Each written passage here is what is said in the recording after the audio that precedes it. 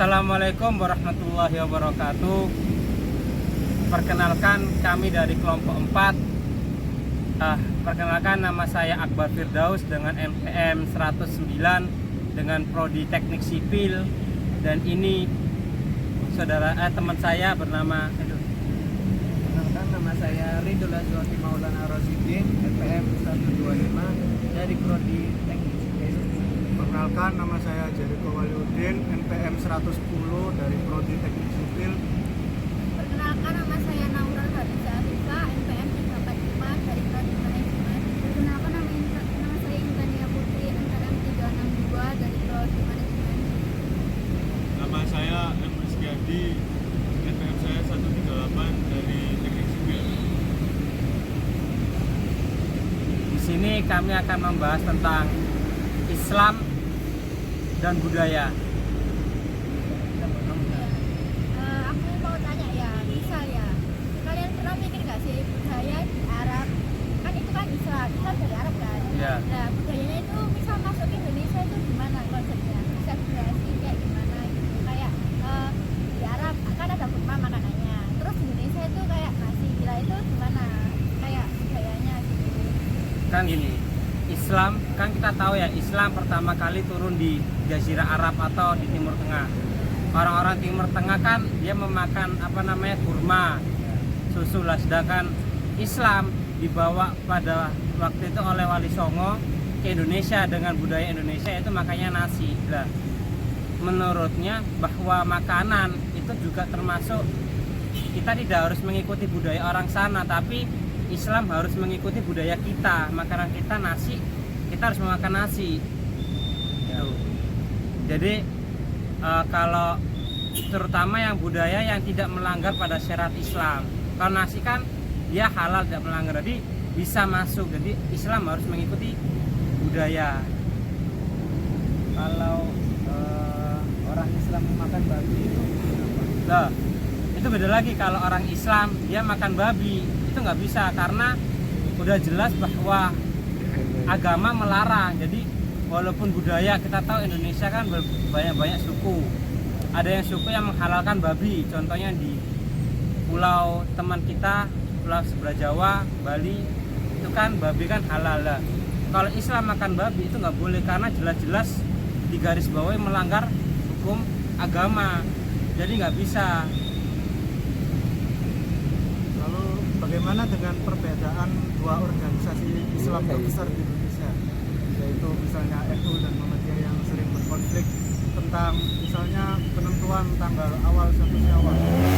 Nah, kalau itu ya, menurut pernah ada sih di dalam suatu riwayat dijelaskan bahwa ketika itu sahabat Nabi, ini sahabat Nabi ya, kriterianya orang yang paling tinggi di dunia sekarang udah nggak ada. Lah waktu itu di Arab Saudi Nabi bilang bahwa hari ini, contoh hari Rabu, hari ini tanggal 18 ini puasa Ramadan. Akan tetapi pada daerah lain, contoh di daerah, kalau di Arab Mekah, di daerah Syam, kalau ibaratkan dari Surabaya, di Jakarta kan gitu ya. Nah, di Syam ini dia puasa Ramadannya hilalnya tanggal 9. Maka orang-orang yang di Syam harus mengikuti tanggal 19. Jadi nggak harus menyamakan pada Mekah. Contohnya kalau Indonesia, kalau di Arab Saudi tanggal 19-nya puasa, tapi di sini hilalnya belum muncul, berarti nggak usah puasa, karena puasa menurut sabda Nabi menurut hilal. Jadi nggak bisa diikutkan dengan ini budaya. Terus apa yang terjadi jika budaya itu tidak sejalan sama agama kita ini? Kalau budaya nggak sejalan sama agama itu, kita lihat dulu budaya itu bisa nggak masuk ke dalam agama, maupun agama masuk ke dalam budaya. Contoh kerudung itu kan memang ada ajaran agamanya dari Nabi menutup aurat. Tetapi sekarang kan banyak yang kerudung bermodel-model kan menurut budaya. Jadi itu bisa, jadi budaya yang diislamkan maupun Islam yang dibudayakan. Contoh kan kalau zaman Nabi itu kerudung hanya nutup kepala aja. Kalau sekarang kan ada yang selempang kanan, selempang kiri, ada yang modelnya ditekek, kan banyak. Dan itu kan budaya. Tapi juga termasuk Islam. Jadi Islam yang budaya yang diislamkan. Kalau tadi kan kerudung ya. Ya. Nah, kalau aku laki-laki nih, kalau pendapatmu tentang kan di Indonesia kan budayanya ada kopiah sama sarung, itu gimana? Kalau menurutku ya memang sarung kalau di Arab Saudi dikatakan jarang, nggak ada, karena budayanya orang sana dia pakai gamis warna putih, kalau perempuan hitam. Karena kenapa?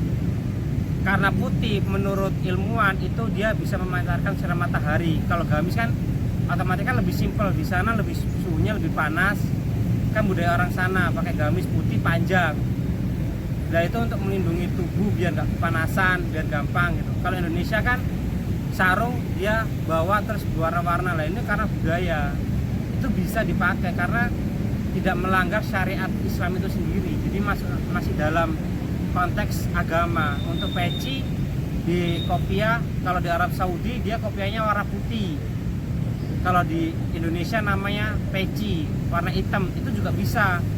Termasuk salah satu kearifan agaman budaya. Juga Nabi pernah bersabda, al-Islamu yusra, Islam itu mudah, Islam itu gampang. Jadi buat apa kita buat sulit? Selama budaya itu tidak melanggar Islam. Udah jelas kan?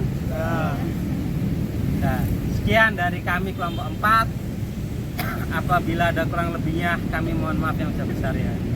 Assalamualaikum warahmatullahi wabarakatuh. Udah kan? Terima kasih.